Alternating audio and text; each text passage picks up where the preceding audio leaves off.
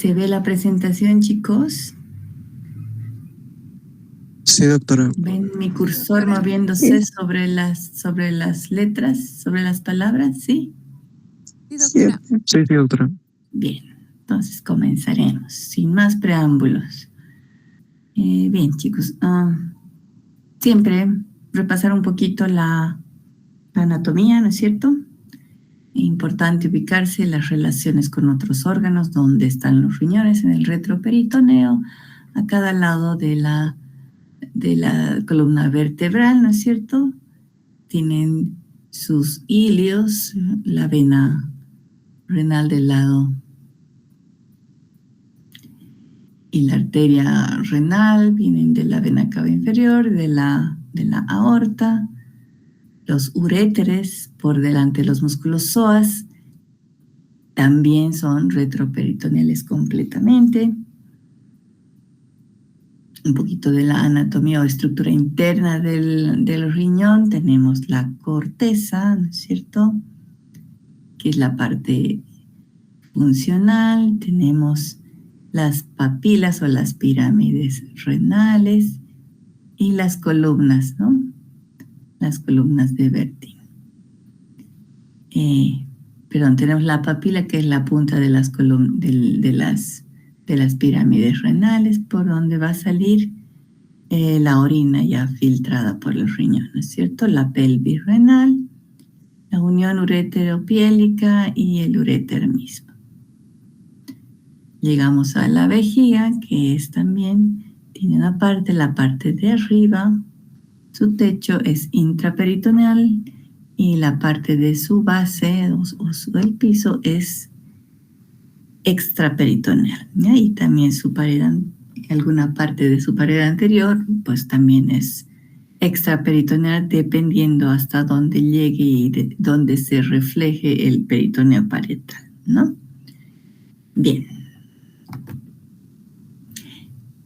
¿Cuál es el método inicial para que podamos nosotros, por imágenes, explorar los riñones? ¿Cuál es el que elegimos o debiéramos elegir en primera instancia? Eso va a depender un poquito de la patología, pero en general lo ideal es hacerlo con el método menos agresivo, menos invasivo, menos dañino, que es la ecografía, y con el cual vamos a poder resolver un montón de dudas diagnósticas, ¿ya? Entonces, ¿qué estructuras vamos a poder ver en una ecografía y que necesariamente tienen que estar descritas y evaluadas, informadas en el reporte ecográfico que reciban, chicos? Vamos a evaluar el parénquima renal, su ecogenicidad, su espesor. Vamos a buscar, o tienen que estar descritas también, si existen, si se ven o no se ven masas tumorales o quísticas. Tenemos que evaluar el sistema pielocalicial. Acuérdense que el sistema pielocalicial es una bolsa, ¿no es cierto? Es una bolsa donde se puede acumular líquido. Habitualmente, cuando no hay obstrucción, pues no se acumula ningún líquido y pasa directamente el líquido o la orina hacia el uréter. Por lo tanto, no está dilatado. Cuando no está dilatado, va a tener un aspecto, y cuando está dilatado, vamos a ver lo que tiene un aspecto quístico, ¿ya? Entonces, tenemos que buscar la presencia de signos de dilatación y la presencia de cálculos en su interior. Los uréteres no los visualizamos normalmente, solamente cuando están dilatados. Son retroperitoneales, están por detrás de todas las estructuras intestinales que tienen gas. Entonces, a veces, y la mayor parte de las veces, aunque estén dilatados, no logramos seguirlos en todo su trayecto. Generalmente, cuando están dilatados, podemos evaluar la porción más proximal a nivel de la unión piel-ureteral y la porción más distal cuando están llegando ya a la vejiga. Pero el resto, aunque estén dilatados, es muy difícil de evaluar. Y dependiendo mucho de la contextura también del paciente, ¿no? Bien. ¿Cómo se ve un riñón normal entonces? Tenemos la cortical, ¿no es cierto?, que tiene que tener un espesor específico, ¿no es cierto?, en un paciente sano. una ecogenicidad también intermedia baja.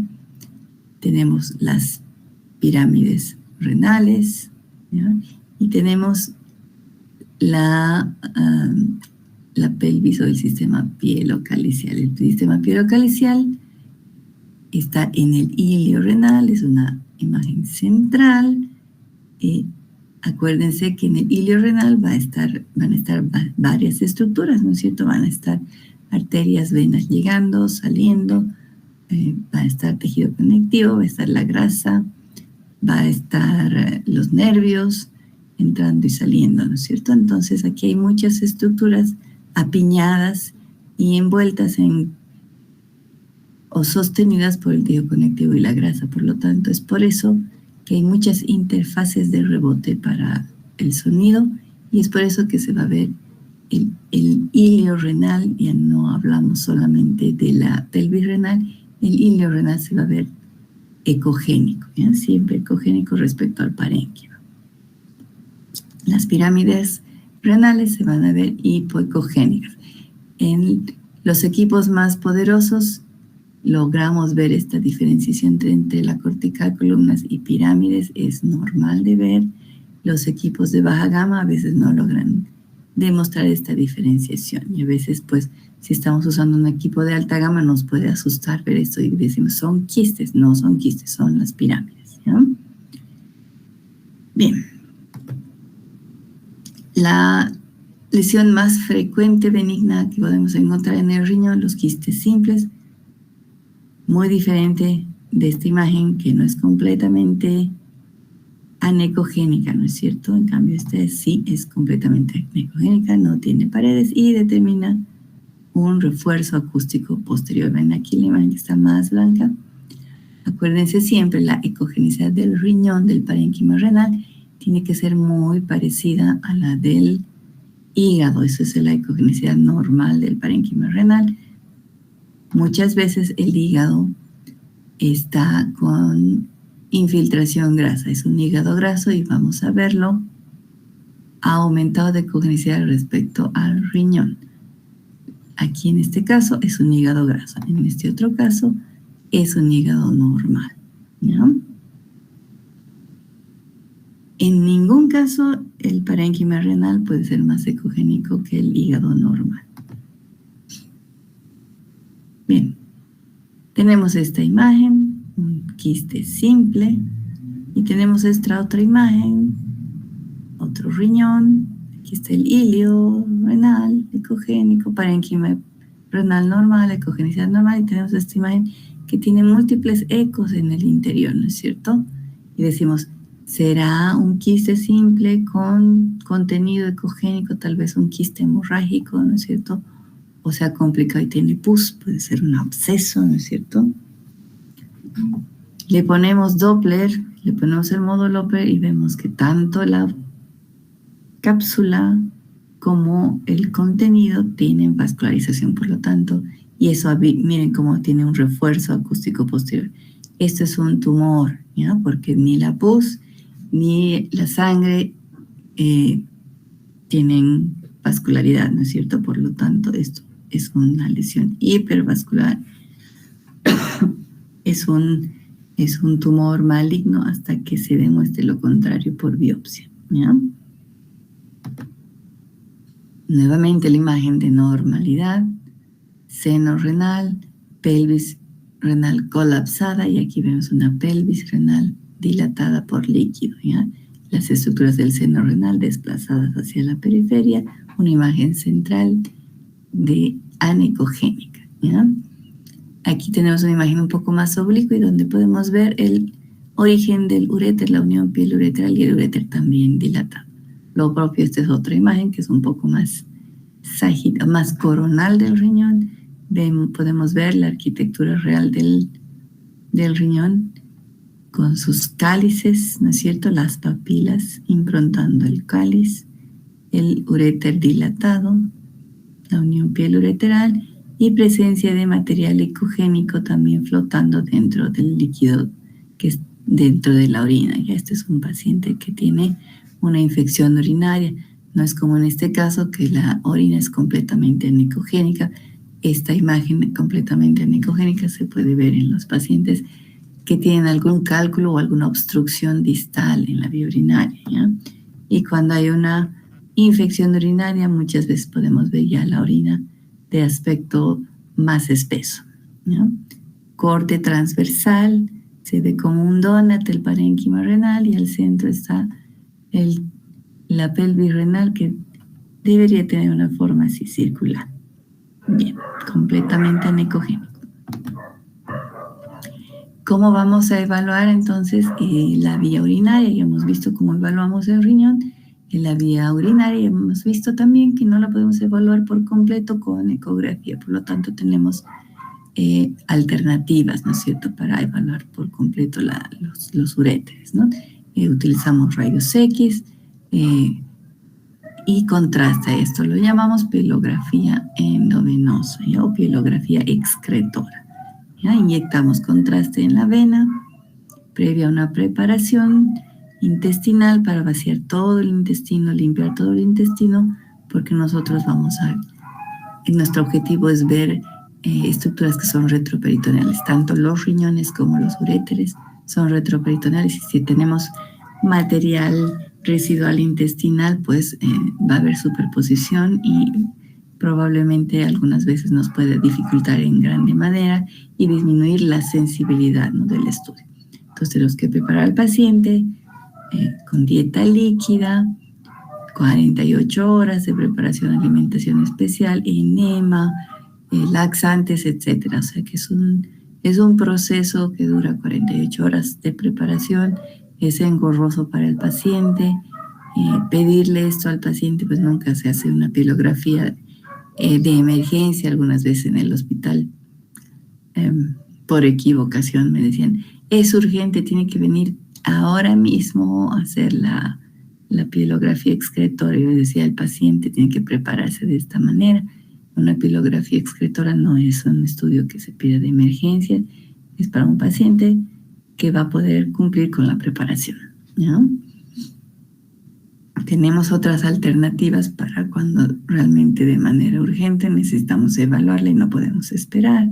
Hay alternativas, antes no existían. Ahora con la tomografía podemos explorar la vía urinaria y no necesitar ninguna preparación del paciente, ¿ya? Entonces, ¿qué hacemos en la pielografía? Le coinyectamos el contraste iodado que se excreta por vía urinaria, por lo tanto se van a pintar los riñones que van a concentrar el contraste y luego van a empezar a excretarlo. En la fase nefrográfica nosotros podemos evaluar los riñones, cómo se pintan, la velocidad en la que se pintan, cuánto demoran en pintarse, si se pintan homogéneamente o hay alguna área renal que no está captando el contraste, que eso sería patológico. Luego vemos en cuánto tiempo empieza a eliminar el riñón. Vamos sacando fotos a lo largo del tiempo, ¿ya? No es un examen fluoroscópico, es un examen en que por tiempos vamos sacando seriadamente una radiografía tras otra. El paciente acostado nos dura entre 20 minutos en un paciente que está todo normal, lograr sacar todas las fotos que necesitamos hasta que la orina ya esté llenando vejiga. Y en otros, cuando hay obstrucción muy lenta, podemos tardarnos hasta 2 horas. Incluso le llamamos al paciente cuando no logramos valorar vía urinaria completamente. Después de cierto tiempo, pues le decimos que venga al día siguiente a mirar y le sacamos una foto a las 24 horas para ver qué pasó con el contraste. Bueno, entonces vamos sacando las fotos y vamos evaluando. Acuérdense que esto es un estudio con imágenes estáticas, no podemos evaluar, no es una evaluación dinámica en la cual veamos el peristaltismo de los riñones, el peristaltismo de los uréteres, pero hay que recordar siempre que los uréteres están en movimiento, tienen peristaltismo, se contraen y se dilatan. ¿Qué más? ¿Qué más podemos evaluar en este tipo de estudio? Evaluamos también si la fase tanto nefrográfica se realiza simultáneamente por ambos riñones y si la fase de excreción también se realiza simultáneamente en ambos riñones. A veces no, a veces se retrasa un riñón respecto al otro entonces también nos aporta información importante funcional. Bien, vamos a ver cómo se ve. Siempre en una pielografía vamos a empezar con una imagen de radiografía, que esto es una radiografía de abdomen. En el campo vamos a calcular que entren los riñones y toda la vejiga, incluyendo el piso vesical. Por lo tanto, hacemos primero una radiografía simple para ver que el paciente esté bien preparado. En este caso, ven cómo hay un montón de contenido intestinal que nos puede obliterar de manera importante las imágenes que podamos nosotros ver de la vía urinaria. Por lo tanto, a este paciente le decimos: usted no se ha preparado bien, ¿qué pasó? ¿Tuvo algún problema? Le damos una indicación nuevamente para que se vuelva a preparar adecuadamente, ¿no? Y suspendemos el estudio ahí. Este otro paciente es otro paciente, ya estamos en pleno estudio, estamos ya en una fase excretora del contraste. Vemos cómo se ha pintado ya este riñón, ¿no es cierto? Vemos ahí el contorno renal y el parénquima contrastado, lo propio en el otro lado, y ya estamos excretando contraste, ¿no? Aquí vemos una morfología normal del sistema pielocalicial. Podemos seguir todo el trayecto del uréter hasta alcanzar la vejiga, y tenemos aquí esta otra pelvis que está dilatada. Los cálices renales están con su copa invertida, en vez de ser cóncavos están convexos. Esta es una hidronefrosis moderada a importante, y vemos cómo no hay paso del contraste hacia el uréter, ¿ya? Entonces aquí hay una obstrucción a nivel de la unión piel-ureteral. El contraste no está pasando, ¿ya? Vemos aquí que hay un stop en la columna de contraste, aquí hay otro stop y aquí hay otro stop.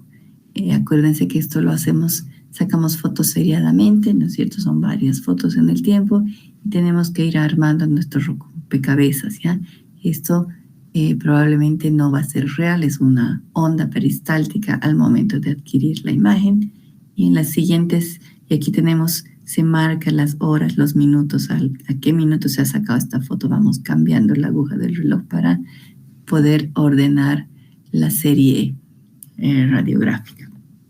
Y tenemos varias fotos y comprobamos en las otras fotos que esto sí se llene de contraste, ¿ya? Que esto es lo más habitual de ver, que las partes que no vemos en una foto, en la siguiente ya la vamos a poder ver llena de contraste, ¿ya? Extrapolando, ¿cómo veríamos esto por ecografía? Esta imagen aquí, tal vez un poco dilatada, podríamos verla así, ¿ya? Y esta imagen que es más dilatada, una dilatación más importante, vamos a ver así por ecografía la pelvis renal, ¿ya? Bien, solamente para mostrarles un ejemplo de más cerca cuál es la morfología de un cáliz normal en forma de copa, ¿no es cierto? Y la papila bien delimitado. Entonces, con una urografía podemos nosotros valorar bastante bien la morfología, la anatomía, ¿ya? El trayecto del uréter, si tiene un solo uréter, dos uréteres, etc. Y también vamos a ver la vejiga llenándose, ¿ya? En este caso, todavía no ha completado de llenar. Nosotros el objetivo es llenarla completamente de contraste cuando ya la vejiga sea un globito, tenga forma de globito llena de contraste. Aquí ven que las asas intestinales en este paciente está bien preparado, pero tiene gas. Las asas intestinales están presionando e implantando el techo vesical. Esto no es una masa vesical, sino que es más bien el intestino que está presionando. Entonces todavía necesitamos esperar a que este paciente llene más vejiga para concluir nuestro estudio, que va a terminar evaluando la morfología y la superficie interna de la vejiga y la posición respecto a la sínfisis del pubis para ver si no tiene descenso de vejiga, ¿ya? Bien, ¿cuáles son las indicaciones de estos estudios? Pues la obstrucción de la vía urinaria, la evaluación de tumores en vía urinaria y la evaluación anatómica de la vía urinaria. ¿Qué patologías o qué cosas vamos a poder encontrar? Duplicaciones, ureterocele, megauréter, uréteres con un trayecto anómalo, posición anómala de los riñones, fusión de los riñones, malrotación renal, muchas cosas son congénitas. Y también vamos a ver los divertículos vesicales, que son igual que los divertículos en el intestino, son pequeñas hernias a través de la pared muscular que tiene la vejiga, de la mucosa o del epitelio que va a revestir la superficie interna vesical, ¿ya? Es como pequeñas hernias del revestimiento interno a través de la muscular. Bien, veamos algunos ejemplos de las patologías que hemos mencionado. Aquí tenemos un doble sistema pielocalicial, ¿ya? Con doble uréter parcial, terminamos en un solo uréter. Aquí se está uniendo el otro uréter, ven, aquí están confluyendo, y aquí tenemos un ureterocele. El ureterocele es una dilatación a nivel de la unión uretero-vesical, a nivel de la porción más distal del uréter. Habitualmente no tiene ninguna connotación patológica, es simplemente una dilatación. Y otras veces sí nos produce obstrucción al vaciamiento de la orina y vamos a tener, actúa en forma de válvula y vamos a tener dilatación ureteral y hidronefrosis, ¿ya? En este caso no solamente es un doble sistema pielocalicial, ven como la sombra renal llega hasta aquí, sino que es una ectopia renal cruzada, fusionada, ¿ya? ¿Qué quiere decir? El riñón del lado izquierdo, en vez de estar en el lado izquierdo, está en el lado derecho, se ha ido al lado derecho, se fusionó con el riñón derecho, ¿ya? Puede ocurrir. Bien. Me olvidaba. ¿Cómo describimos esta imagen nosotros cuando informamos? Le decimos cabeza de cobra. Es una cabecita de cobra. ¿Qué otro estudio tenemos también para valorar la vejiga, aparte de la urografía excretora? Pues vamos a tener la uretrocistografía retrógrada. La uretrocistografía retrógrada consiste en inyectar material de contraste radiopaco, también se hace con rayos X. Inyectamos material radiopaco a través de una sonda vesical que ya hemos colocado previamente en vejiga. Llenamos la vejiga hasta que el paciente la llenamos completa y luego le pedimos al paciente que orinen. Este también es un estudio, este estudio sí se hace con fluoroscopía, es un estudio en que podemos evaluar la dinámica de la vejiga mientras se está vaciando y vamos sacando fotos a lo largo del vaciamiento para ver cómo se está vaciando, cómo estamos dibujando la luz de la uretra. Vamos a evaluar la uretra también y vamos a ver si existe o no la presencia de reflujo vésico-ureteral, es decir, paso de orina desde la vejiga retrógradamente hacia los uréteres, y eso es patológico, ¿ya? Porque muchas veces cuando hay demasiado reflujo llega hasta los riñones, produce una hiperpresión en el sistema pielocalicial y daña el parénquima renal, además de producir por este reflujo, producirse infecciones urinarias a repetición. Bien, ¿cuáles son entonces las indicaciones, no? La primera indicación es, frente a una infección urinaria a repetición, descartar una probable causa de estas infecciones, ¿no? Que es el reflujo vesicoureteral.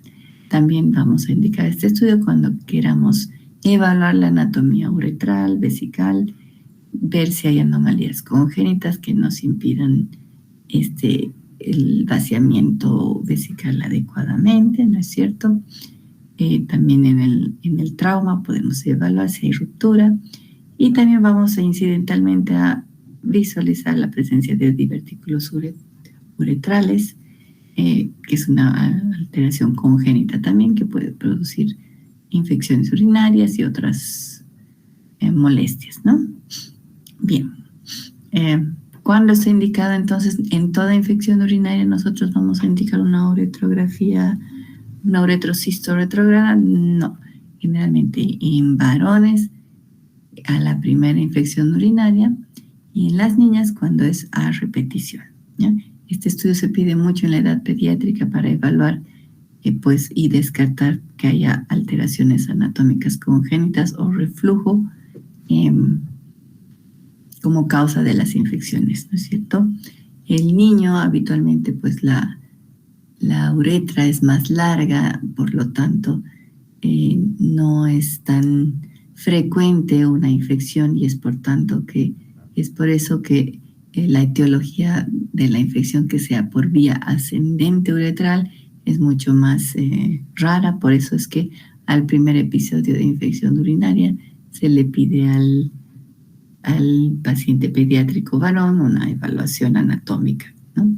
En cambio, en la mujercita la uretra es mucho más cortita y la vía ascendente de las infecciones urinarias es mucho más frecuente y por esta anatomía de la uretra que es mucho más corta, pues es mucho más propensa, ¿no?, a tener infecciones. Por lo tanto, la vía ascendente es la causa más frecuente de la infección urinaria en una niña. No se le pide a la primera infección urinaria un estudio que es invasivo y se hace con contraste además y se hace con rayos X. Entonces no está indicado en el primer episodio de infección urinaria en una niña, pero sí en el niño, sí a la primera. Bien. Continuamos entonces, como vamos a ver la vejiga llena ya de contraste. Aquí está la zona que hemos canalizado a través de la uretra, está en vejiga, llenamos la vejiga y después le pedimos al pacientito que orine y vamos tomando fotitos, ¿ya?, a lo largo del vaciamiento y vemos cómo se comporta la vejiga. Y aquí vamos a ver cómo existe el contraste que está pintando ascendentemente el uréter distal, ¿no? Este es reflujo vesical. Este paciente se lo pone en una posición oblicua. Acuérdense que los uréteres van a desembocar en el aspecto posterolateral del piso vesical, a cada lado del trígono vesical. Entonces le ponen una posición oblicua. Este es un pacientito varón, por eso la uretra es larga, ¿no es cierto? Y vamos a evaluar también la morfología y los contornos de la uretra, ¿no? Posición de frente, este es un diagrama del mismo paciente, diagrama de la posición oblicua en la que está la fotito. Bien. También tenemos alternativas que no usan rayos X para explorar la vejiga, ¿no es cierto? Y otros órganos, que nos permite también explorar otros órganos pélvicos al mismo tiempo, ¿ya?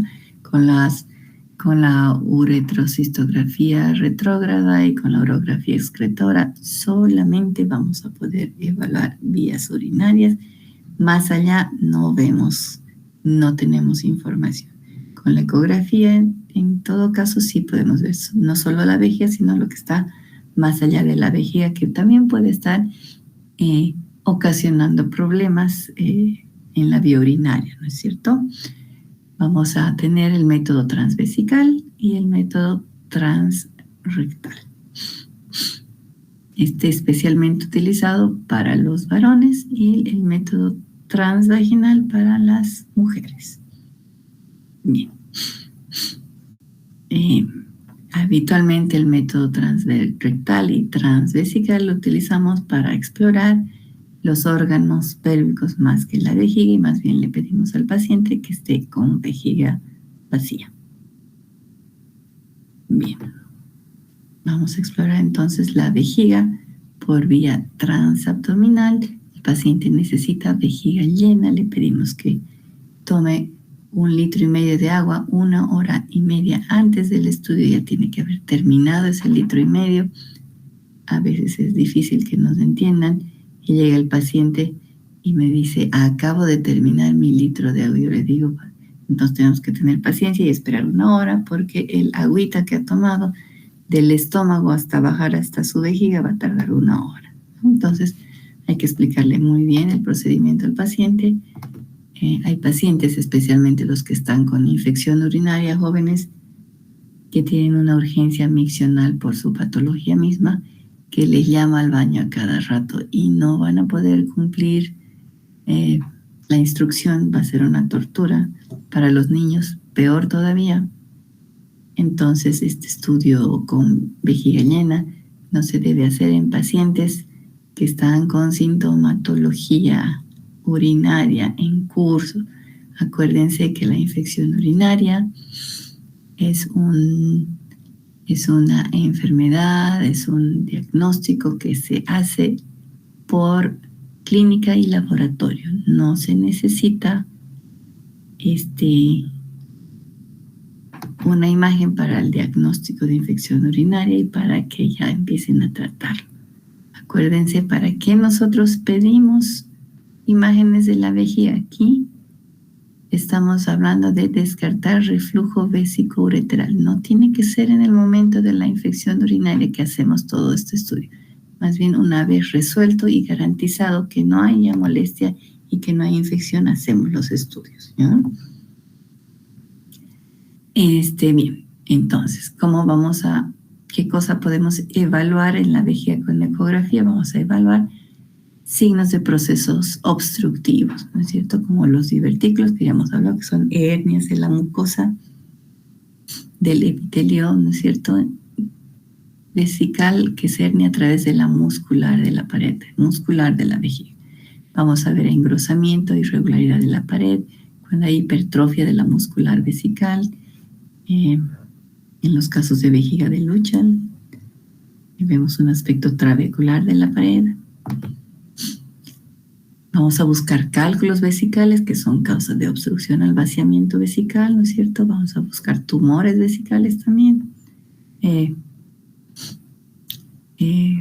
Son la causa más frecuente de obstrucción al vaciamiento vesical. Vamos a poder evaluar también la vejiga neurohigiénica, que es la cual no se contrae, ¿no es cierto? Vamos a ver la presencia o no de estenosis uretral cuando en pacientes escogidos, ya no necesariamente logramos ver uretra por vía transvesical y mucho menos por vía transrectal, ¿ya? La uretra en general la vemos con la uretrocisto. Bien, sí podemos ver muy fácilmente los divertículos vesicales, el cistocele, el ureterocele también lo vemos por ecografía. ¿Qué otra causa más de obstrucción al vaciamiento vesical tenemos?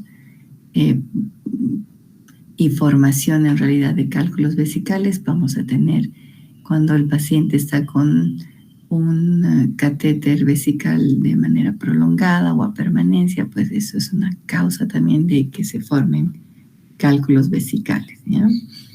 Y también las infecciones por gram negativos también es un factor de producción o de formación de cálculos en la vejiga.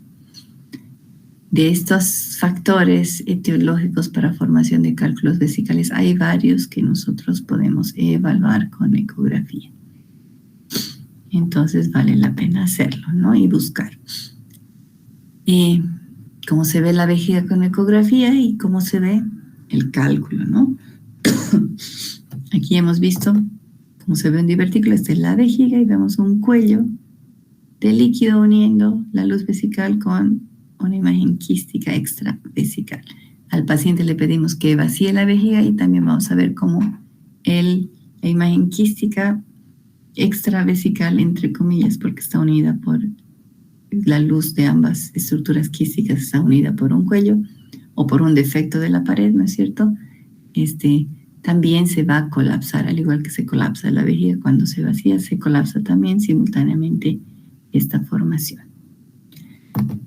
Aquí tenemos una vejiga, tenemos el Doppler y vemos cómo este es el piso vesical, este es un corte coronal de la vejiga, el techo, paredes laterales, el piso. Y aquí vemos que aquí está la desembocadura del uréter y el orificio ureteral.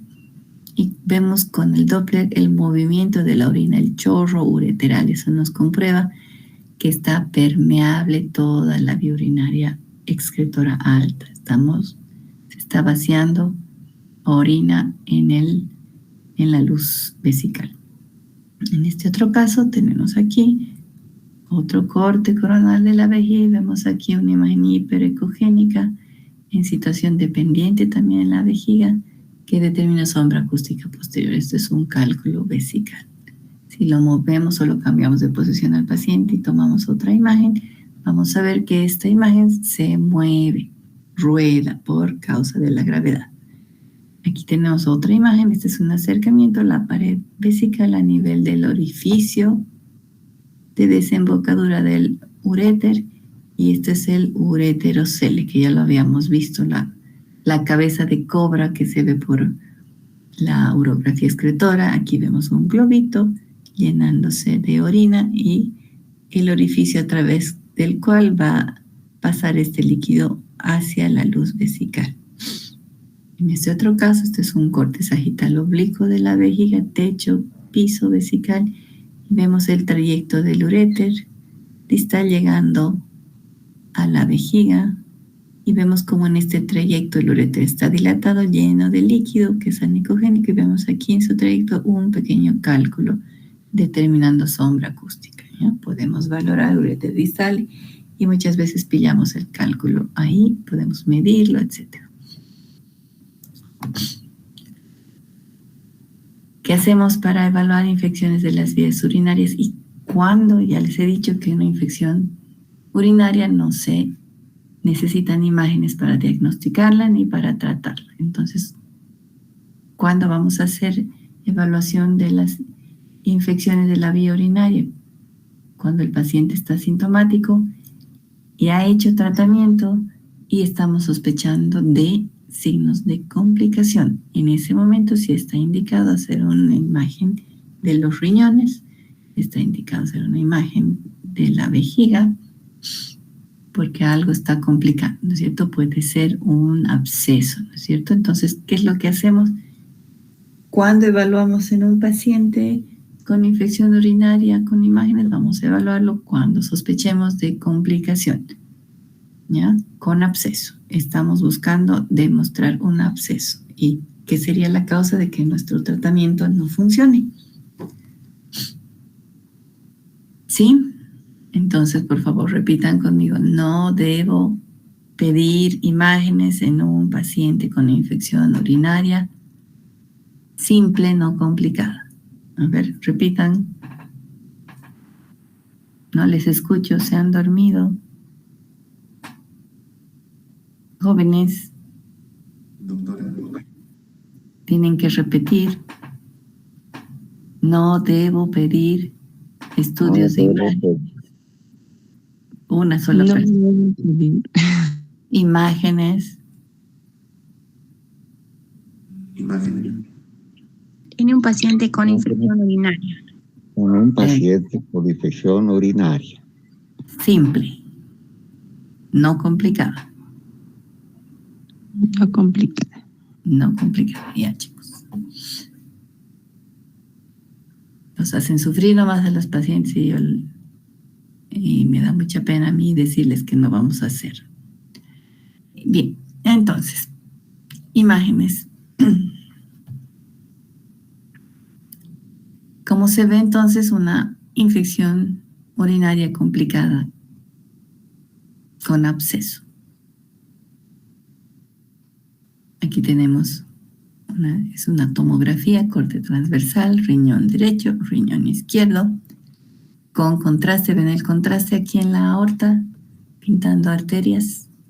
Fase nefrográfica, el riñón es hiperactivo, tiene un metabolismo muy alto, capta muy pronto el contraste, por lo tanto aquí estamos en fase nefrográfica completa. Ya se ha pintado todo el parénquima homogéneo, bonito, rápido. Y aquí vemos cómo este parénquima no se ha pintado de la misma manera, ¿no es cierto? Se ha retrasado, hay algunas áreas que no están captando contraste, y si se fijan mejor, la morfología de estas áreas es como si fueran rayos de una rueda de carreta, ¿no es cierto? Son rayos. ¿Ya? Así se pinta un riñón cuando hay una infección, cuando hay una pielonefritis. ¿Qué está pasando? Acuérdense de la segmentación de las nefronas o de los lóbulos fetales que tiene cómo se forma el riñón, ¿ya? Entonces son segmentos específicos del riñón que están, en este caso, están edematosos, ¿ya? Cuando hay edema, se comprimen las estructuras vasculares que están en estas áreas y no va a llenarse, no va a pintarse adecuadamente de contraste por el edema que está impidiendo el paso del contraste a través de las estructuras vasculares que están en este lecho. Por lo tanto, vamos a ver esta imagen, ¿ya? En una pielonefritis, pero yo aquí no veo una pielonefritis complicada. Esta es una pielonefritis simple, no hay imágenes de absceso, el contorno renal está bien, la grasa alrededor del riñón está negrita. Bien, en este caso, este paciente, misma fase, paciente en fase nefrográfica del contraste. En la adquisición tomográfica tenemos una imagen igual en radio de carreta, en cuña, que está hipocaptante de contraste y además tiene un área que realmente no capta contraste, ¿no es cierto?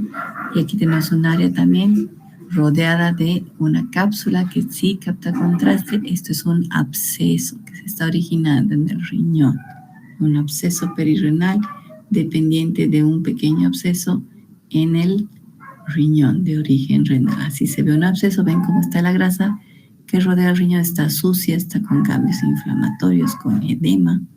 Así se ve un absceso renal, ¿ya? Imágenes para que se acuerden, ¿no? Pelvis llena de líquido con un cálculo obstruyendo, ¿ven? Pelvis llena de líquido pero con material ecogénico. ¿Se ve el material ecogénico ahí?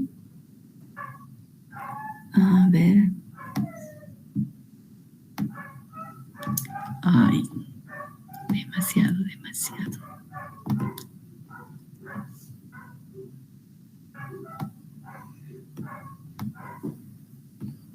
¿Lo ven el material ecogénico? Eso es pus, ¿ya? Puede ser pus, puede ser sangre, dependiendo.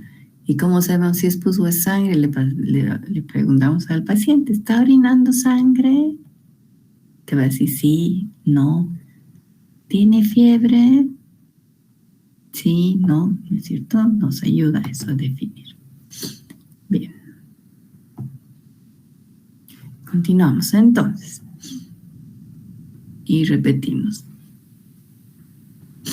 La cistitis, infección urinaria baja, más frecuente en mujeres, ¿no es cierto? Generalmente gram negativos.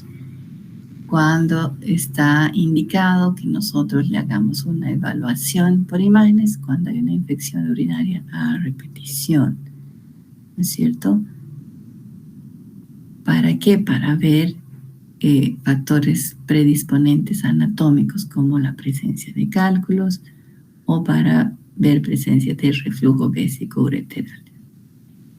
¿Qué métodos vamos a usar? Ecografía, la urografía excretora y la cisto-uretrografía retrógrada. Acuérdense, para evaluar todas estas cosas necesitamos que el paciente en el momento de la evaluación no esté ya enfermo, que su infección ya haya sido tratada, porque le vamos a ocasionar molestias y le podemos complicar su infección con una infección mucho más fuerte. Acuérdense que en la uretrocistografía,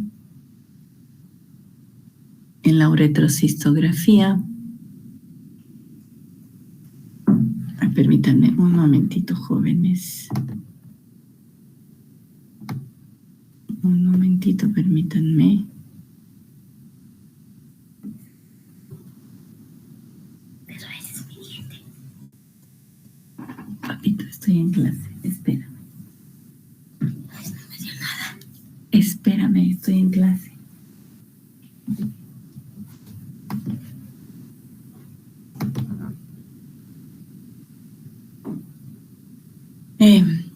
Perdón por la interrupción, jóvenes. Entonces, acuérdense que debemos tener un paciente sin infección para no complicarle más la infección cuando evaluamos y hacemos métodos invasivos, ¿ya? Y cuando hacemos métodos no invasivos de evaluación, Tampoco debemos evaluarlo durante su episodio de infección porque vamos a producirle demasiada molestia y no nos va a poder colaborar con el llenado de vejiga. Bien. Como se ve entonces la cistitis por ecografía, engrosamiento de la pared vesical. Estos son ejemplos de una cistitis muy grosera, ¿ya? Habitualmente no vemos ningún cambio, aunque esté con infección, ¿ya? Pero estos son pacientes con una patología crónica, larga, diabéticos, ¿ya? Podríamos ver así un engrosamiento de la pared, ¿ya? En una infección. Tratamos la infección, disminuye la inflamación y esto debería desaparecer. Y tenemos la obligación de controlar que desaparezca, porque si no puede ser un tumor, ¿no es cierto? Aquí vemos en un paciente con inmunidad baja, que tiene la cistitis enfisematosa, hemos llenado la vejiga con contraste y vemos cómo hay gas en el espesor de la pared vesical. Luego tenemos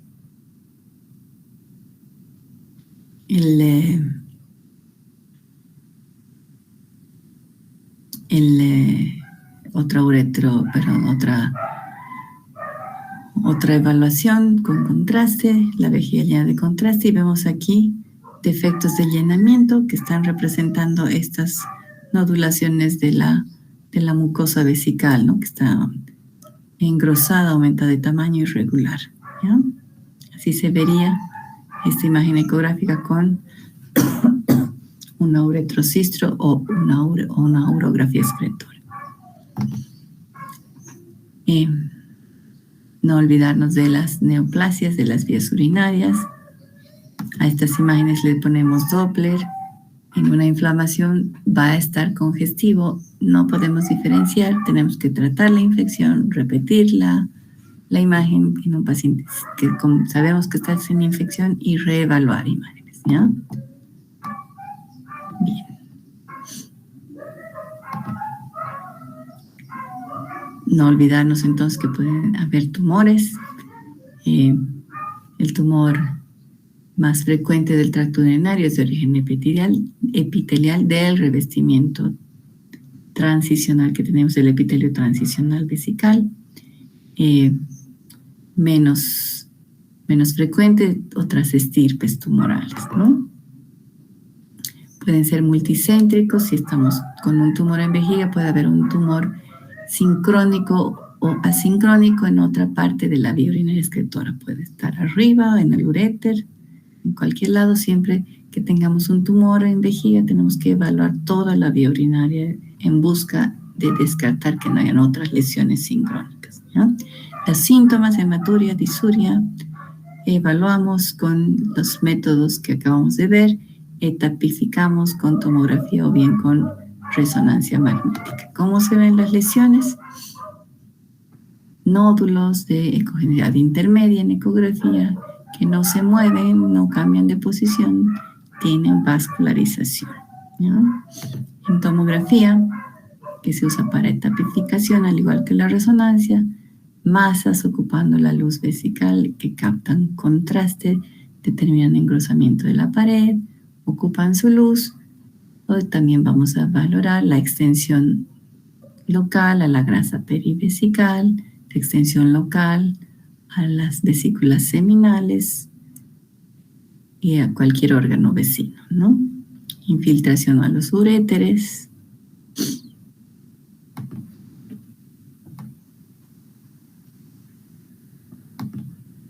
Vamos a tener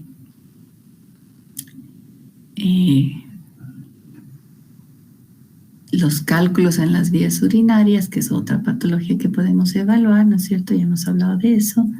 Lo podemos evaluar por distintos métodos. Acuérdense que con rayos X simple hay cálculos que no vamos a ver, que son los que están compuestos por ácido úrico y por cistina, ¿ya?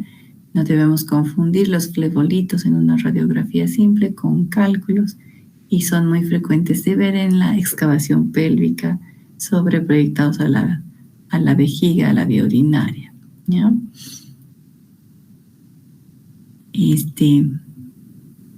Podemos evaluar y pueden ser causa de cólicos acordarnos siempre que puede haber un cólico renal sin hidronefrosis, especialmente en las fases tempranas, donde todavía no se ha acumulado tanto líquido dentro de la vía urinaria excretora. Puede el paciente estar con un cólico renal. Clínicamente se lo categoriza como ese, pero a veces por imagen todavía no hay hidronefrosis que nos pueda ayudar, ¿ya?, en el diagnóstico y en la confirmación del diagnóstico. También podemos ver hidronefrosis en pacientes que ya no tienen cólico y que ya han eliminado el cálculo, y eso le llamamos hidronefrosis postobstructiva. ¿Por qué pasa? Porque el cálculo al atravesar, al bajar por el uréter, ha lastimado el revestimiento uroterial, lo ha inflamado, entonces se queda edematoso y todavía está habiendo obstrucción del vaciamiento de la orina por el edema residual, ¿ya? Entonces esa es la hidronefrosis postobstructiva, que es transitoria, ¿ya? También puede haber hidronefrosis por reflujo, como ya lo hemos visto en los pacientes con reflujo vesicoureteral, y sin necesidad de que haya una obstrucción mecánica, ¿ya?, sino que es algo funcional. ¿Cómo podemos valorar si la vía urinaria está permeable? Valorando en la presencia de chorro ureteral en la vejiga, que ya hemos visto, ¿no es cierto? Se puede ver bien. Muchas veces cuando la obstrucción por un cálculo es parcial, de todas maneras podemos ver el chorro ureteral, pero lo comparamos con el chorro ureteral del lado sano, ¿no es cierto? Y puede haber una diferencia en la fuerza o en la cantidad. Y estas asimetrías nos están indicando que sí hay una obstrucción. ¿Qué otra manera tenemos de valorar la presencia de obstrucción de la vía urinaria? También podemos utilizar la medición de la resistencia en el flujo en la arteria renal mediante la evaluación Doppler y flujometría Doppler, ¿ya?, que eso es un método un poquito más avanzado, pero tenemos varias alternativas siempre que no logremos ver signos de obstrucción y el paciente sí esté muy sintomático, ¿ya? Entonces aquí un cuadrito de resumen de los métodos, ¿no es cierto? Y vamos a ir jugando con ellos de acuerdo a lo que necesitamos. Aquí esta imagen, los flebolitos, este es un cálculo en el uréter. En cambio los otros son flebolitos porque están fuera del uréter, ¿ya? Estos son flebolitos, este es el único cálculo ureteral, ¿ya? Con tomografía podemos distinguir bastante bien y diferenciar, ¿no?, un flebolito de un cálculo ureteral. En una urografía o en una radiografía simple probablemente pues es un poco más difícil, y con urografía excretora también logramos diferenciar un flebolito de un cálculo, porque nosotros podemos ver exactamente el trayecto del contraste dentro del uréter, y si el cálculo está por fuera o la calcificación está por fuera del trayecto, ya sabemos que está fuera de la vía urinaria y que es un flebolito, ¿ya? Aquí podemos evaluar la causa de la dilatación ureteral en este corte sagital de reconstrucción del trayecto del uréter que está dilatado, ¿no es cierto? Y vemos que hay una lesión a nivel de su desembocador, una lesión tumoral. Otro paciente, corte coronal, vemos cómo hay aquí el riñón que está normal, vaciando. Este es el lado izquierdo, este es el lado derecho, y vemos cómo aquí hay una masa dentro de la vejiga ocupando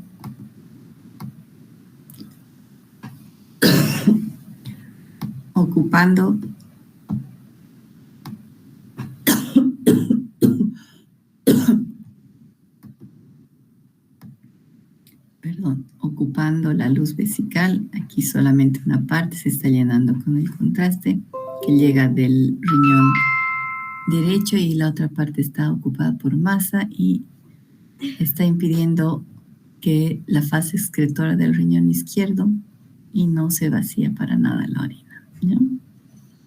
Diferentes maneras que tenemos de explorar y alternativas de explorar la vía urinaria, cada una con sus propias indicaciones y contraindicaciones. También podemos evaluar la insuficiencia renal, ¿no es cierto? Existen distintas causas, ¿no es cierto? ¿Cómo la confirmamos con todas estas causas? Pues las diferenciamos con una biopsia renal.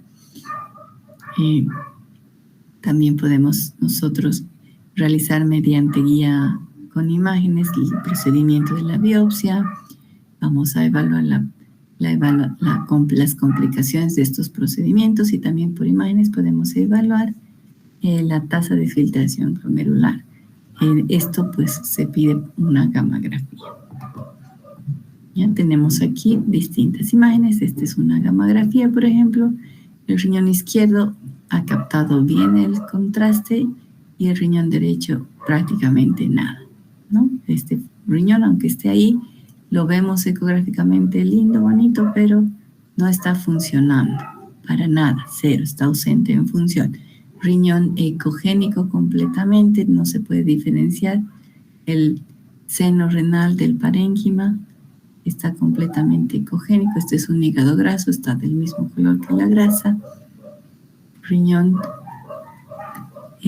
con una nefropatía difusa, ¿ya?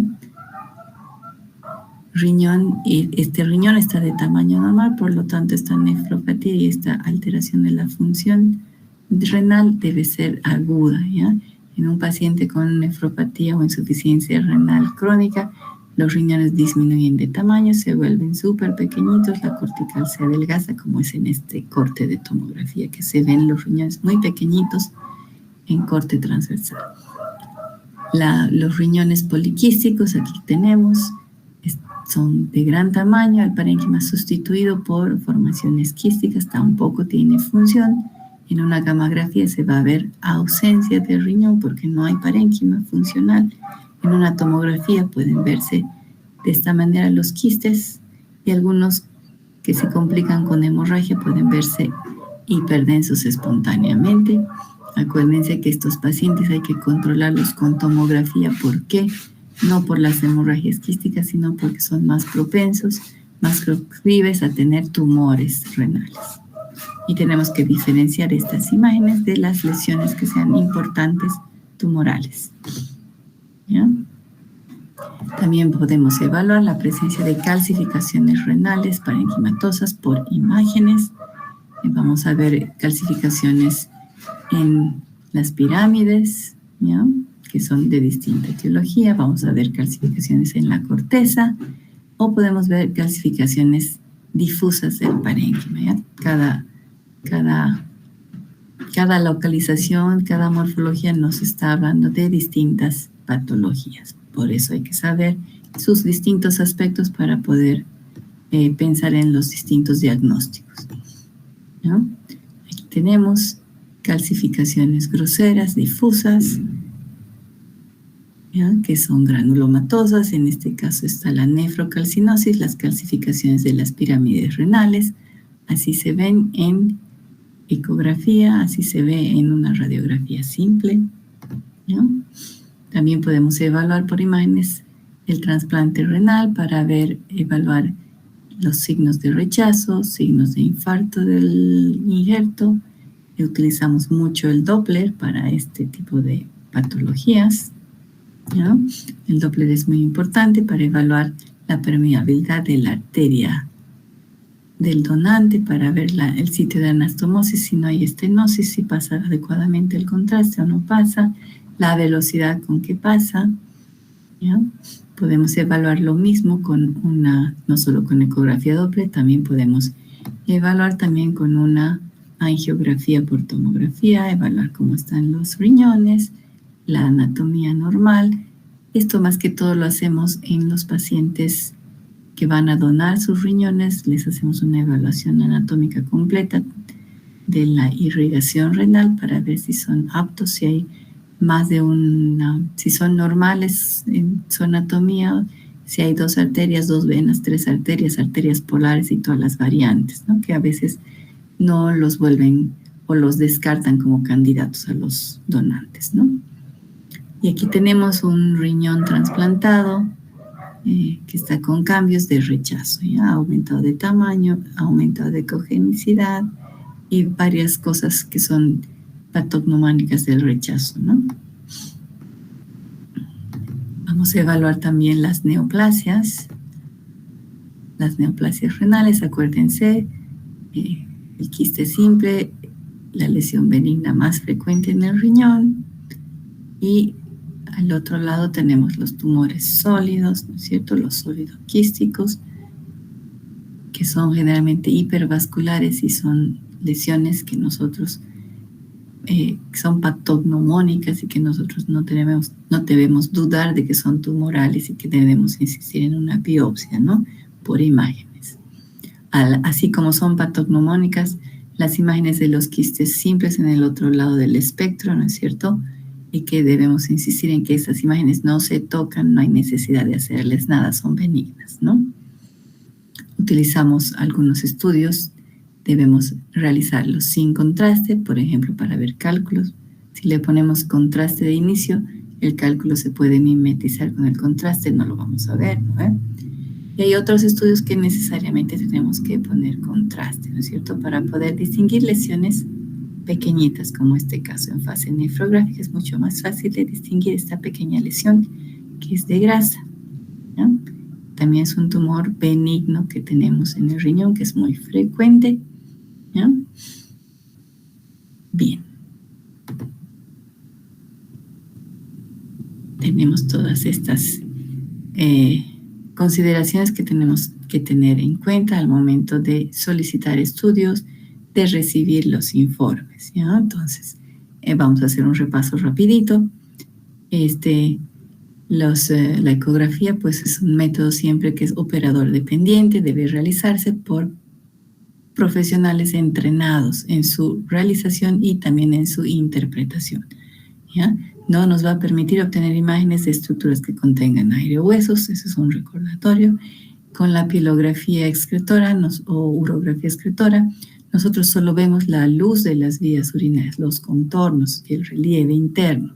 No vemos lo que hay afuera ni el espesor de las paredes de las vías urinarias en realidad. ¿Ya? Estamos viendo solo la luz, no el órgano, ¿ya? En la tomografía y en las resonancias son métodos que nos permiten visualizar la luz, la pared y los órganos y tejidos vecinos a la vía urinaria. Es un método mucho más completo, mucho más caro también, ¿no?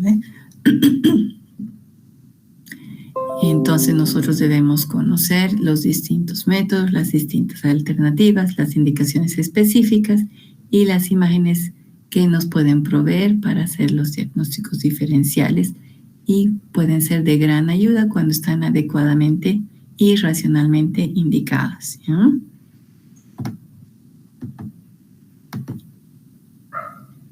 Entonces con eso hemos terminado la parte de riñones y de vías urinarias. Les voy a pedir un esfuerzo. Vamos a hacer el siguiente tema, que es la parte de próstata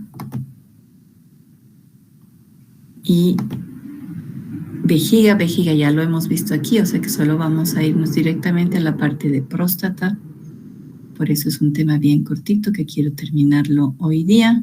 Un último esfuerzo, chicos. Con esto terminamos el módulo que me corresponde teórico. Luego van a venir con el doctor Darras desde la siguiente semana. Vamos a buscar el otro tema.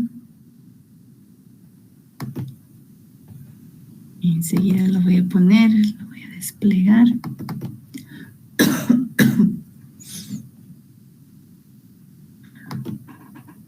¿Alguna pregunta? ¿Alguna duda, chicos? No hay preguntas ni dudas. Todo claro. Todo claro para el examen.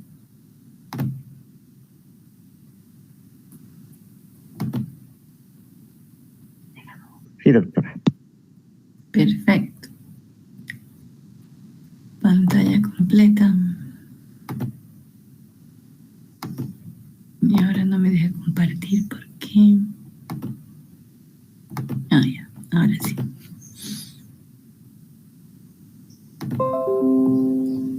¿Ven la diapositiva, chicos?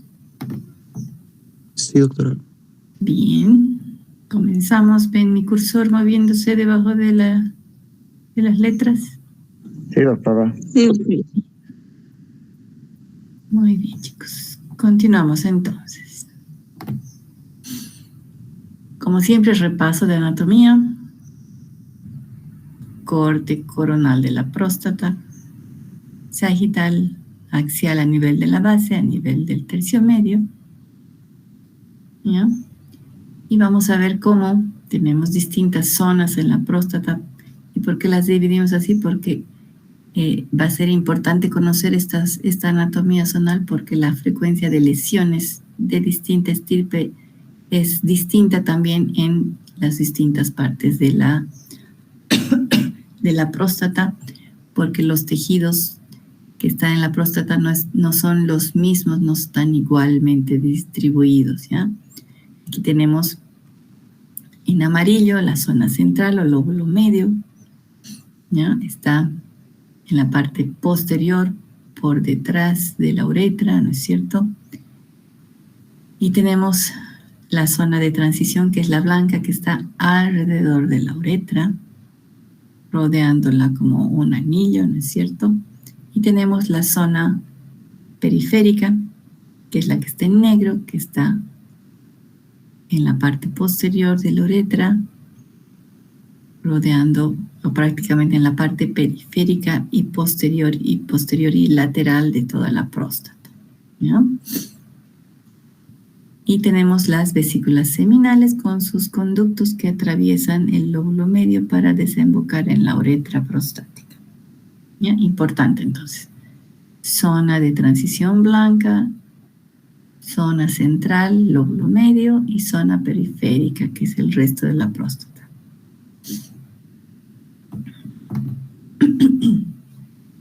Tenemos anatomía en resonancia. La resonancia es el método indicado para cuando nosotros queremos evaluar la estructura interna de la próstata. Tenemos ahora adelantos en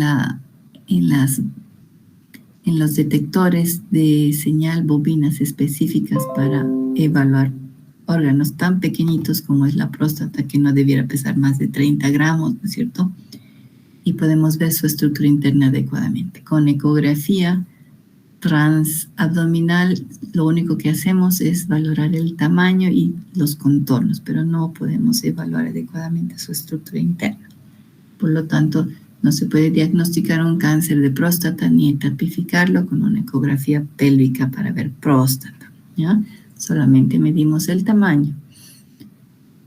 Bien, entonces aquí podemos ver en un corte coronal la zona periférica. En el T2 la zona periférica es brillante, ¿ya? Eso es muy bueno para nosotros porque las lesiones tumorales van a, en este fondo brillante se van a ver muy bien, porque las lesiones tumorales en T2 se van a ver oscuras, se van a ver de menor señal, van a ser negritas, grises, y entonces las podemos ver muy bien.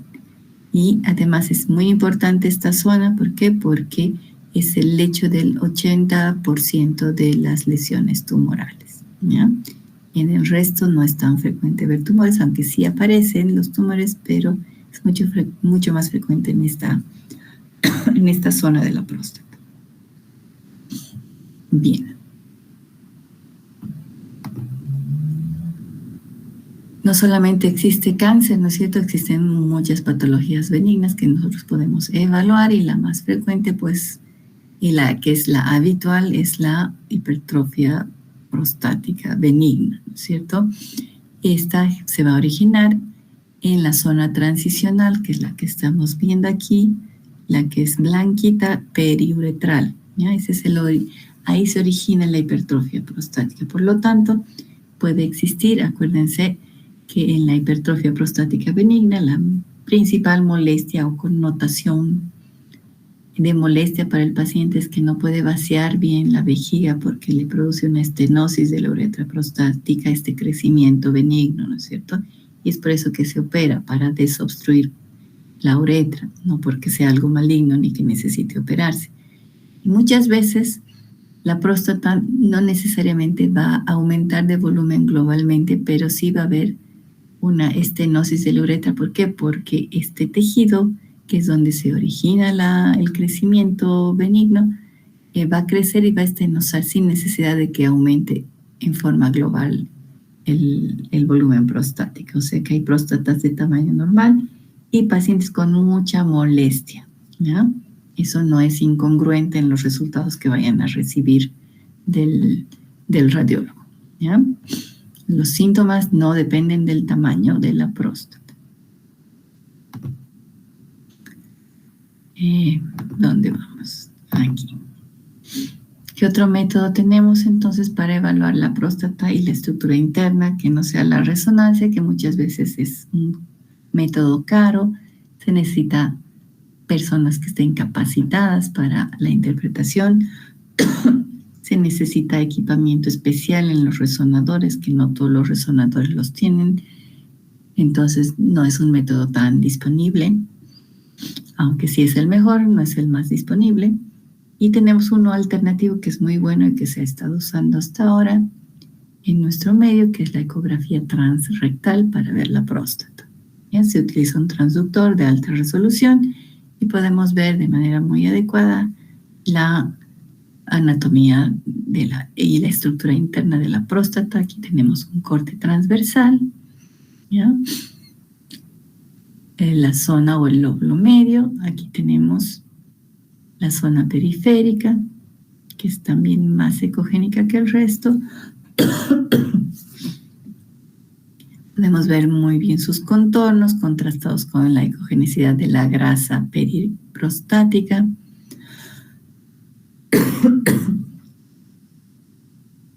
Podemos ver muy bien el contorno y la simetría. Vemos aquí hay una lesión que está deformando el contorno prostático.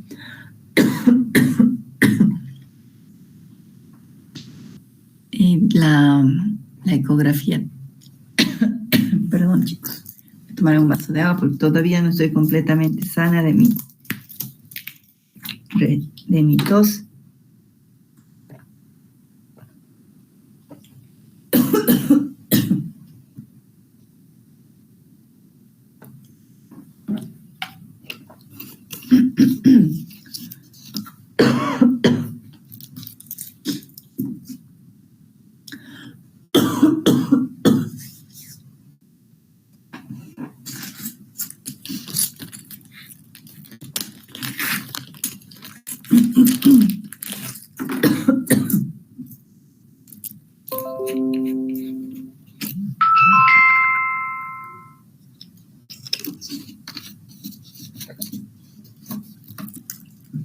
Bien, a ver, continuamos, perdón, jóvenes. Sí, les estaba comentando, ¿no? Que cuando está indicado, entonces, si es un buen método la ecografía transrectal para ver la estructura interna prostática. Es un método relativamente barato, muy disponible. Necesita una preparación previa, tenemos que vaciar ampolla rectal, ¿no? Poner una enema previo al procedimiento. Pero es bastante sencillo de hacer, ¿no? Inocuo. Pero cuando hacemos, ¿no es cierto? Porque es un método molestoso, ¿no es cierto? Y cuando está indicado, no vamos a hacerlo de rutina, ¿no es cierto? De rutina no se pide una ecografía transrectal, se pide una ecografía transvesical, vejiga llena, medimos próstata y pare de contar, porque el método transrectal está indicado para cuando nosotros queremos información específica, una vez que ya tenemos una sospecha de que está pasando algún proceso patológico tumoral y queremos realmente ver dónde está y tomar una biopsia, ¿ya? Entonces la ecografía transrectal se utiliza y está indicada cuando queremos tomar una biopsia de un paciente que tenemos sospecha de que tenga una lesión tumoral porque tiene su antígeno prostático alto, porque hemos hecho una evaluación y de esos valores y está aumentando. Entonces necesitamos saber de dónde vamos a tomar la muestra, teniendo en cuenta que el tacto rectal solamente nos permite valorar el contorno y la superficie posterior y lateral de la próstata, ¿ya? No nos permite evaluar la presencia de lesiones en otros lugares.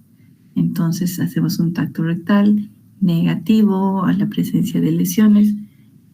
Tenemos antígeno prostático alto y necesitamos tomar la muestra, ¿no es cierto? Y vamos a hacer una biopsia dirigida por guía ecográfica de la muestra, y muchas veces, aunque no es tan frecuente, el tumor puede estar en otro lugar y no en el lugar más habitual, ¿ya? Entonces, la ecografía transrectal está indicada para la toma de muestra, para ver la estructura interna de la próstata en caso de sospecha de lesión maligna, ¿ya? Bien. ¿Qué cosas vamos a valorar cuando hacemos una ecografía de próstata? Lo primero, el tamaño, ¿no es cierto? El volumen prostático. La próstata habitualmente, lo normal es que mida hasta 30 cc de volumen, que se equiparan a 30 gramos. Lo traspolamos a gramos, ¿ya? Y nosotros categorizamos el crecimiento prostático. Esto lo podemos hacer por la vía transvesical perfectamente, ¿ya? Y la categorizamos en grados el crecimiento prostático, ¿ya? Bien. ¿Qué otros métodos alternativos tenemos para medir el volumen prostático? Aparte de la ecografía, tenemos la tomografía, la resonancia. El tacto rectal nos puede dar una idea de que hay una próstata aumentada de tamaño, pero no tenemos un volumen exacto, o sea que no es adecuado ese método. Tenemos, ¿qué más vamos a evaluar cuando hacemos una evaluación de imágenes de la próstata? Vamos a además evaluar también la vejiga y verificar si hay signos de proceso obstructivo secundario en la vejiga, como ser los divertículos, la hidronefrosis, adelgazamiento cortical, etc. Evaluamos los tumores, presencia de tumores prostáticos. Ya les he dicho que la ecografía transvesical no es buena para eso. Necesitamos otro tipo de estudios como la ecografía transrectal, la resonancia magnética prostática, ¿ya? ¿Cuál es el tumor más frecuente en el hombre? Es el adenocarcinoma, el tipo histológico más frecuente, ¿ya? Y el tumor más frecuente del que se enferma al sexo masculino, ¿ya? Se origina generalmente en la glándula externa, ¿ya? En la parte negra que hemos visto de las zonas, ¿ya? La zona periférica, 70% se origina ahí. Por lo tanto, este 70% está al alcance del tacto rectal, probablemente. Sin embargo, el otro 30% no se origina ahí. Tenemos necesariamente que hacer una evaluación por imágenes.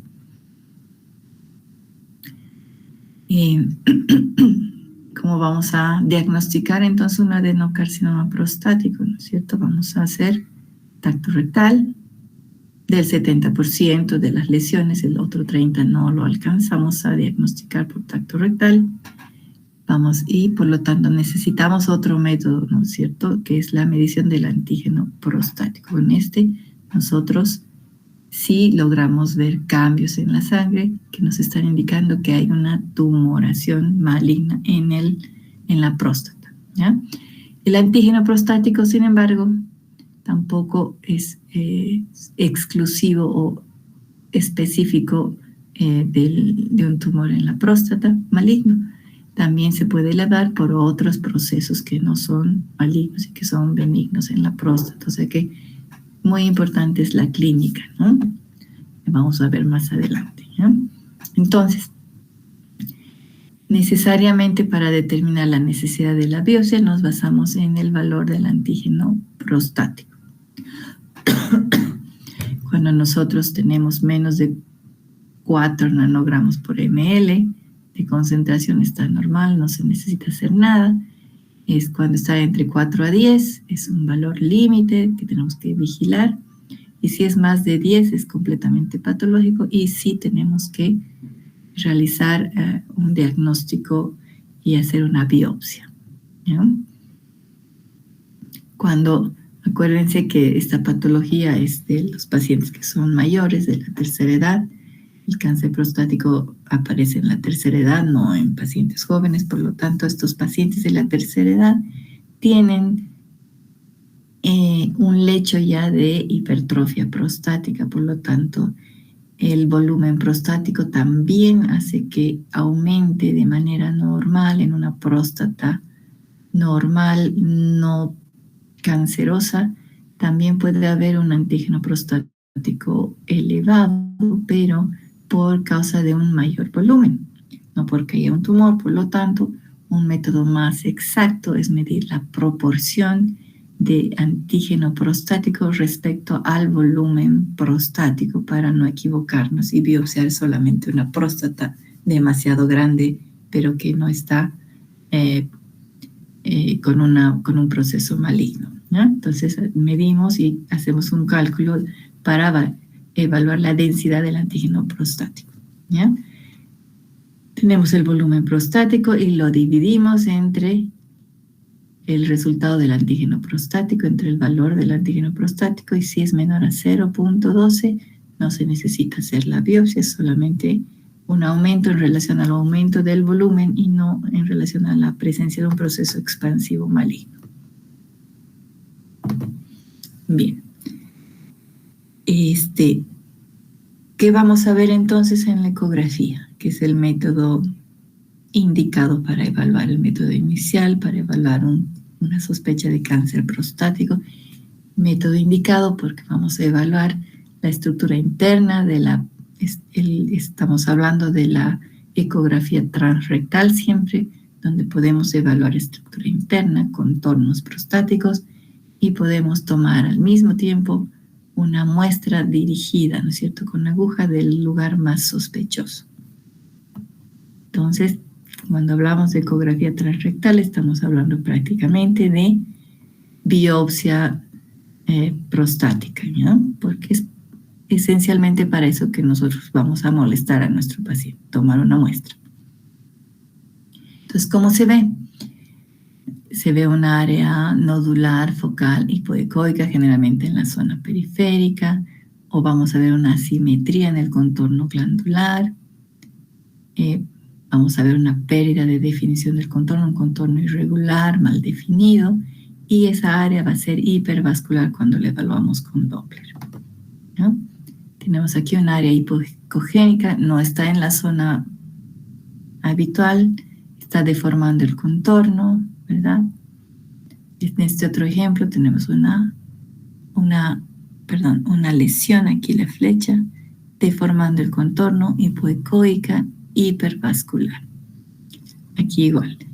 Estas dos están en la zona clásica, ¿no es cierto? Zona periférica, hipoecogénico, lesión tumoral. Tomamos muestra dirigida de biopsia. ¿Cómo se toma la biopsia transrectal? Aquí tenemos el transductor, se acopla un artefacto específico que engancha una pequeña aguja y a través del recto nosotros accedemos, a través de la pared rectal posterior, accedemos a la próstata. Bien, tenemos que hacer una profilaxis antibiótica pre y post procedimiento porque acuérdense que el recto es un lugar muy contaminado. Existe un peligro de complicaciones que puede ser infección o sangrado en el procedimiento que en manos expertas no es más del 1%, ¿ya?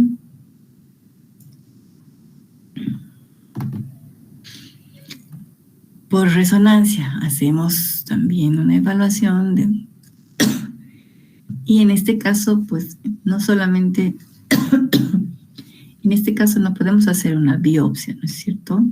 Hacemos una evaluación de la estructura interna de la próstata, vemos si existen nódulos o áreas sospechosas y también vamos a hacer la etapificación, ¿no es cierto? Etapificación de invasión local a órganos vecinos, a los ganglios regionales, ¿no es cierto? Entonces nos sirve para eso este estudio no nos sirve para hacer una biopsia. Sin embargo, pues es mucho más, tenemos muchas más criterios de imagen para poder distinguir una lesión maligna de una benigna que en ecografía. Muchas veces en ecografía tomamos las biopsias, tomamos las muestras y no sale positivo, no sale que no hay tumor, pero tenemos un antígeno prostático elevado, entonces no es coherente, no es el resultado de la biopsia con las imágenes ecográficas o con el resultado patológico. Entonces necesitamos una alternativa que nos permita ver qué es lo que está pasando, porque esa discordancia, ¿no?, en el diagnóstico. Y para eso tenemos pues la resonancia.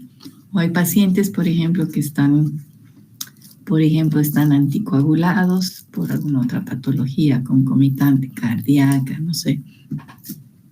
No pueden someterse así alegremente a una biopsia, tienen alto riesgo de sangrado. Está la alternativa de la resonancia, ¿verdad? Bien, entonces, ¿qué es lo que vamos a ver en una resonancia de próstata? ¿Cuáles son los signos más frecuentes? Igual, ¿no es cierto? En el T2, donde la zona periférica es brillante, vamos a ver un nódulo o una masa hipointensa, una área que no está brillando como lo debería ser. Aquí tenemos igual. Corte transversal de la próstata, zona periférica brillante y aquí un nódulo patológico. Zona periférica brillante, nódulo patológico en un lugar que no es el clásico, pero que se está extendiendo a la zona periférica. Corte histopatológico de la lesión, en realidad de esta lesión, aquí está. ¿Ya? Bien. Hemos dicho que con resonancia podemos hacer la etapificación, ¿no es cierto? Vamos a ver el compromiso de la grasa periprostática, vamos a ver compromiso o extensión a vesículas seminales y a la vejiga.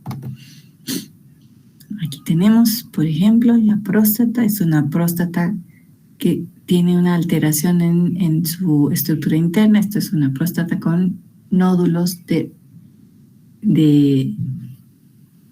se llaman de hiperplasia, nódulos hiperplásicos. Es un paciente con hiperplasia prostática benigna, pero aparte de eso, en la zona periférica, que es hiperintensa, vemos un área de distorsión que tenemos una alteración en el contorno, un nódulo hipointenso que está infiltrando la grasa y está alcanzando incluso la pared del recto. Ya esta línea negra es la pared del recto y que está ya deformándola, ¿no es cierto? Los nódulos hiperplásicos se ven así, son también oscuros, pero tienen una cápsula que los rodea. Si ven aquí, ven una cápsula negrita, una cápsula fibrosa que los va a rodear a todos. Y eso es la que los distingue de una lesión que es maligna, que no tiene cápsula, ¿no? Es infiltrante. Vemos la invasión a vesículas seminales. Las vesículas seminales están llenos de líquido, ¿no es cierto? Se ven así normalmente en el T2, llenas de líquido. En el T2 el líquido brilla y esta parte está sustituida por tejido sólido. Entonces hay una infiltración tumoral. Vesículas seminales brillando. Y aquí me equivoco, esto es T2, debería ser T2 aquí, brillan. Y en el T1 también las vesículas seminales normales, sus paredes se contrastan y el líquido en T1 se ve negrito. Invasión vesical de las lesiones prostáticas al piso vesical. La pared vesical siempre tiene que ser lisa. La pared delgada, y miren cómo está irregular, mal definida. También está invadiendo la vesícula seminal, que está del mismo color que este tejido. Esta es una infiltración tumoral difusa de la próstata, contornos irregulares. La grasa alrededor de la próstata está sucia. También signo de infiltración tumoral. Esta es una tomografía para etapificación de los tumores prostáticos, ¿no? Tenemos distintos estadiajes. Este es el estadiaje clínico, que nos lo mandan así, ¿no es cierto? Y tenemos otro estadiaje, que es el que no se hace por clínica, ¿no es cierto?, de las metástasis a distancia, ganglionar y otros, que para eso nos sirven los métodos de imagen, ¿no? Las lesiones metastásicas pueden estar en distintos lugares. No olvidarse nunca que el asiento más frecuente de lesiones metastásicas a distancia del cáncer de próstata son los huesitos. Tenemos distintos métodos para evaluar eso y tapificar adecuadamente, ¿ya? ¿Cuáles son las indicaciones entonces de la ecografía prostática transrectal? Son estas, ¿no es cierto? Lesión palpable, antígeno prostático elevado, si encontramos signos o síntomas de metástasis, para biopsia, para estadiaje necesitamos la resonancia, ¿no es cierto? Como complemento al tamizaje, ¿no es cierto? Y para control posterior al tratamiento. No solamente existe en la próstata la patología maligna, que esa es la más importante, ¿no es cierto? O la benigna, que es la más frecuente, la hipertrofia benigna. Tenemos también patología inflamatoria, como la prostatitis, que también podemos nosotros evaluarla, y son, ¿cuál es la importancia de saber cómo se ve en imagen una prostatitis? Hacer el diagnóstico de diferencial con las lesiones malignas más que todo, ¿ya? ¿Cuándo está indicado realizar imágenes en una prostatitis? Porque la prostatitis también es de diagnóstico clínico solamente cuando pensamos que está complicada, ¿ya? Es decir, cuando queremos descartar que hayan abscesos, ¿ya? Mientras tanto, el diagnóstico y no necesita imágenes, ¿ya? Bien, vamos a hacer ecografía para eso. ¿Y cómo se ve? Se ve una imagen hipoecogénica, nódulo, puede estar en la zona periférica, es hipervascular porque hay inflamación, ¿no es cierto? Y esto es diagnóstico diferencial de un cáncer de próstata, ¿no es cierto? Pero si tenemos clínica de prostatitis, no vamos a pensar que esto es un cáncer de próstata, ¿no es cierto? En un paciente que no tiene clínica de prostatitis y tiene... sí vamos a pensar que es un cáncer, ¿no? Pero necesitamos saber que son imágenes que se superponen, son similares. ¿Qué otra cosa más? En la prostatitis aguda, con estas imágenes que son similares al de un cáncer prostático, también por el proceso inflamatorio por el cual está transcurriendo la próstata, va a haber elevación del antígeno prostático. Por lo tanto, es muy importante la clínica de prostatitis, ¿ya? Para descartar un posible cáncer. Y tenemos que tratar el episodio agudo y repetir otra vez el antígeno prostático y repetir la ecografía para verificar que todos los signos ominosos de un cáncer no eran un cáncer, ¿no? Sino eran a causa solamente de la infección, ¿no? Tener en cuenta eso. El absceso, ¿cómo se ve?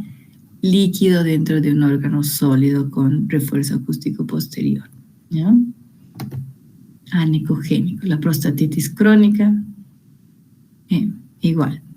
Síntomas y clínicas son muy importantes, ¿ya? Los signos ecográficos pueden haber calcificaciones, ecogenicidad heterogénea, pero los síntomas son muy importantes, ¿ya? También podemos encontrarnos incidentalmente con formaciones quísticas que no son abscesos en un paciente asintomático que viene por otro motivo, ¿no es cierto? Son benignos y no debiera preocuparnos, ¿ya? Nos los encontramos, a veces se pueden ver cuando estamos haciendo la evaluación de la hipertrofia prostática, cuando hacemos ecografía transvesical. Cuando tenemos buenos equipos, a veces logramos encontrar estas imágenes, no nos deben preocupar en pacientes asintomáticos. Podemos también ver calcificaciones prostáticas benignas, como es la corporamilacia, que no tiene nada que ver con secuelas de enfermedades infecciosas ni granulomatosas como la tuberculosis, que también puede afectar la próstata y las vesículas seminales, ¿ya? se manifiestan también por calcificaciones, pero acuérdense que estas son imágenes, esta imagen típica en forma de T invertida o en torre Eiffel es una calcificación muy frecuente, benigna y que nada tiene que ver con las infecciones granulomatosas. Tenemos las lesiones de la vejiga, los tumores vesicales que ya hemos hablado en la anterior presentación. Por lo tanto, no vamos a redundar mucho, son las mismas imágenes para que recordemos métodos de evaluación, ¿no es cierto? Métodos de etapificación, ¿no es cierto? Y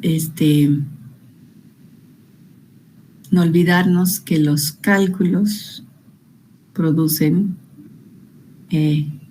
o las infecciones crónicas son factores predisponentes para un tipo diferente de carcinoma epidermoide, de cáncer, perdón, que es el carcinoma epidermoide, ¿ya? Entonces, siempre que nosotros encontramos un cálculo o infecciones crónicas, siempre tenemos que estar atentos a buscar signos de lesiones que puedan ser un cáncer. ¿Ya? Nosotros por ecografía o por imagen no podemos ver las células, no sabemos si son la estirpe celular. ¿Ya? La más frecuente es la de células transicionales, pero si tenemos cálculos vesicales, tenemos que tener un grado de sospecha para no quedarnos tranquilos. Ya tiene un cálculo y hasta luego le saco la foto al cálculo y no reviso con mucha minuciosidad la pared vesical. ¿Ya? Debemos, los que hacemos estos estudios, tener alto grado de sospecha y asociar patologías benignas que pueden predisponer a tumores, ¿ya? Entonces, eso es importante y por eso es que se necesita personal profesional especializado, entrenado, ¿ya? Para realizar estos estudios, por muy simples que parezcan, ¿ya? A veces la ecografía parece que es muy simple de hacer, pero el conocimiento y el background que uno tiene que tener atrás para hacer una adecuada evaluación es imprescindible, ¿no? No somos fotógrafos, somos médicos haciendo diagnósticos, ¿ya? Igual que ustedes necesitan saber utilizar adecuadamente el termómetro, el tensiómetro, necesitan saber utilizar adecuadamente el estetoscopio, ¿no es cierto? No es solamente apoyar ponerse a las orejas el estetoscopio y apoyarlo en el pulmón, ¿no es cierto? Y apoyarlo en el tórax. Necesitan saber qué sonidos están asociados a qué patologías, ¿no es cierto? Y cómo es el sonido normal del murmullo vesicular, cómo es el sonido de una bronquitis, cómo es el sonido de una neumonía, cómo es el sonido de un espasmo bronquial, cómo es el sonido de un soplo cardíaco, cómo es el sonido de una insuficiencia, de un valvular. O sea, no es así tan fácil de decir, no, yo tengo el estetoscopio y puedo hacer diagnóstico de patología cardíaca, ¿no es cierto? O puedo diagnosticar una neumonía. No es así, lo mismo con los estudios por imagen, ¿no? Las fotos no nos hablan, las imágenes no nos hablan, somos nosotros las que les hacemos cantar, ¿ya? Preguntas, chicos, con esto terminamos. No hay preguntas. Bien, chicos, gracias por la paciencia, hemos terminado.